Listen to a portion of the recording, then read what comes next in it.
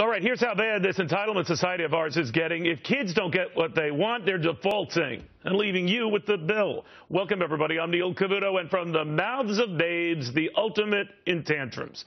15 former Corinthian college students say they won't repay their federal student loans and are demanding the government forgive their debt. Their argument is that the failing for-profit Corinthian college went belly up, so why should they pay up?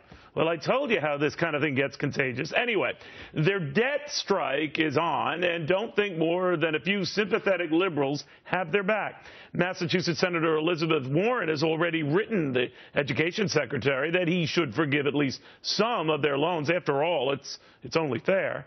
But that got me thinking. It happens sometimes. Fair to whom?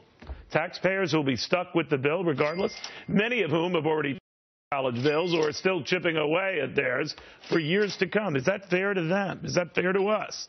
Are we getting yet another dangerous precedent here that if you can't stand the heat, someone else will gladly clean up the mess in the kitchen? Sherry Jacobus and Hadley Heath say the students need to deal with real-life consequences. Grow up and pay up. Sherry, that doesn't happen, though. Well, they're encouraged now by people like Elizabeth Warren and some other liberals to go out there and have, as you called, a tantrum. And that's exactly what's happening. The fact is they cut. Well, because they know prior tantrums have been rewarded. Yeah, the thing is nobody made them do this, but you take out the loans, you decide to go to this school, you pay back the loans, they still got the education.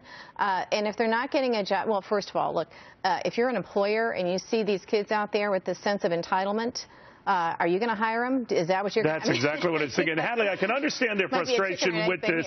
This is one of these, for-profit type college private ideas that just didn't pan out, online solution that didn't pan out. But that doesn't mean that all of a sudden you bail out on your obligations, right?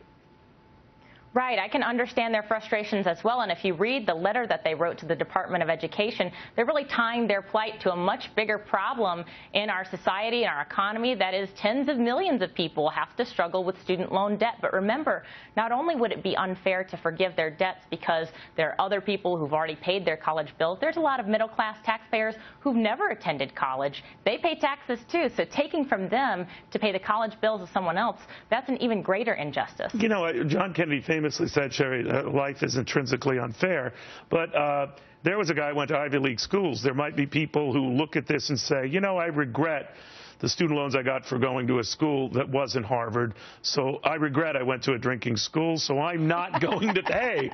I mean, it's that silly, but it's really not that much of a stretch. But it's all a matter of and we have a lot of choices in this country. Look, I went to a drinking school and I had fun, but I've also been on the other end of it where I've been a college professor, now adjunct professor, and a drinking professor at that. The first of that. No, not by the time I became an adjunct professor in a master's program. And the way I taught was so that my students could learn, and with an eye, of course, on going out and working. But it's not my job to make sure that they find employment. It's competitive out there, and a degree certainly can help. It gives you a leg up. Absolutely. But again, this isn't helpful. I think tuition is too high. There are many things that the colleges, universities need to do to bring it down, because it's now becoming a higher cost, and even in one's life. But just not bailing out on your obligations, right? But I can't blame the kids in this regard, because the die has been cast that if you just whine and complain a lot, someone in Washington is going to come to help you out. Stick the bill with someone else, but we'll help you out. And there has been a history of that, right?